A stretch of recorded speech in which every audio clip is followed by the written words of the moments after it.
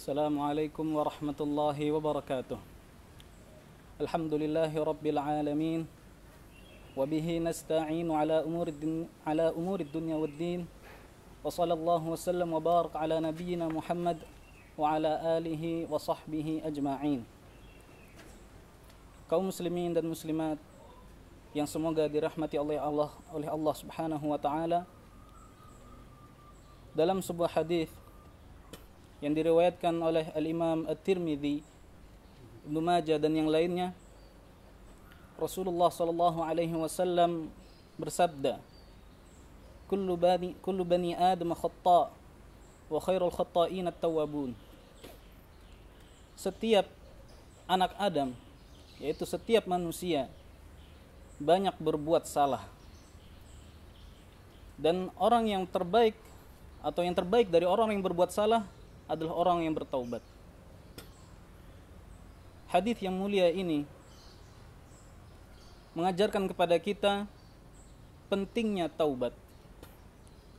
Karena setiap kita mengetahui bahwasanya setiap manusia tidak lepas dari yang namanya dosa dan kesalahan. Untuk menghapus dosa-dosa dan kesalahan tersebut, maka kita butuh kepada taubat. Dan taubat memiliki beberapa syarat-syarat yang harus dipenuhi oleh seorang hamba. Di antaranya yang pertama adalah hendaknya seorang hamba menyesali atas perbuatan dosa yang dia lakukan. Menyesali dengan sebenar-benarnya. Sedih terhadap apa yang dia lakukan dari perbuatan dosa. Dalam sebuah hadis disebutkan an-nadamu taubah. Penyesalan itu adalah taubat. Ini yang pertama. Kemudian yang kedua, syarat yang kedua dari syarat-syarat taubat adalah hendaknya seorang hamba meninggalkan dosa-dosanya. Meninggalkan dosanya yang dia lakukan.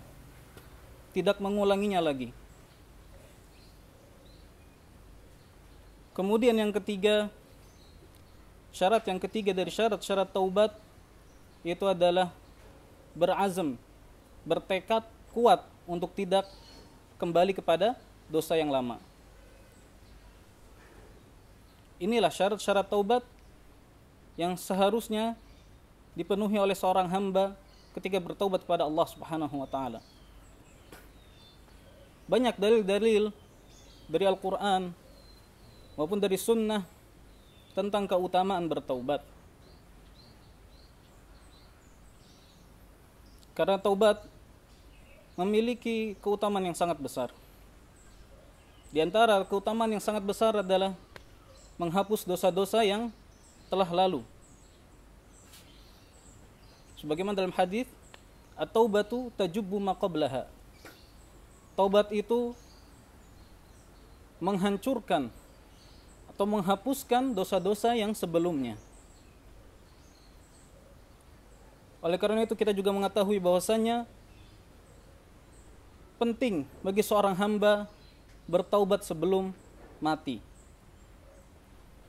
Semua kita mengetahui bahwasanya setiap manusia akan menemui ajalnya, akan menemui kematiannya. Dalam Al-Quran Allah Subhanahu wa taala berfirman, kullu nafsin dha'iqatul maut. Setiap manusia pasti akan mati.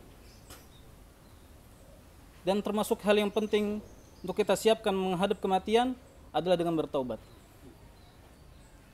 Dengan bertaubat kepada Allah Subhanahu wa taala. Dan taubat, Allah Subhanahu wa taala akan terima taubat kapapun itu selama belum nyawa di kerongkongan atau sebelum matahari terbit dari barat.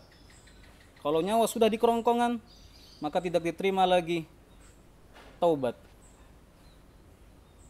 Dan juga ketika matahari terbit dari barat, maka sudah tidak diterima lagi taubat.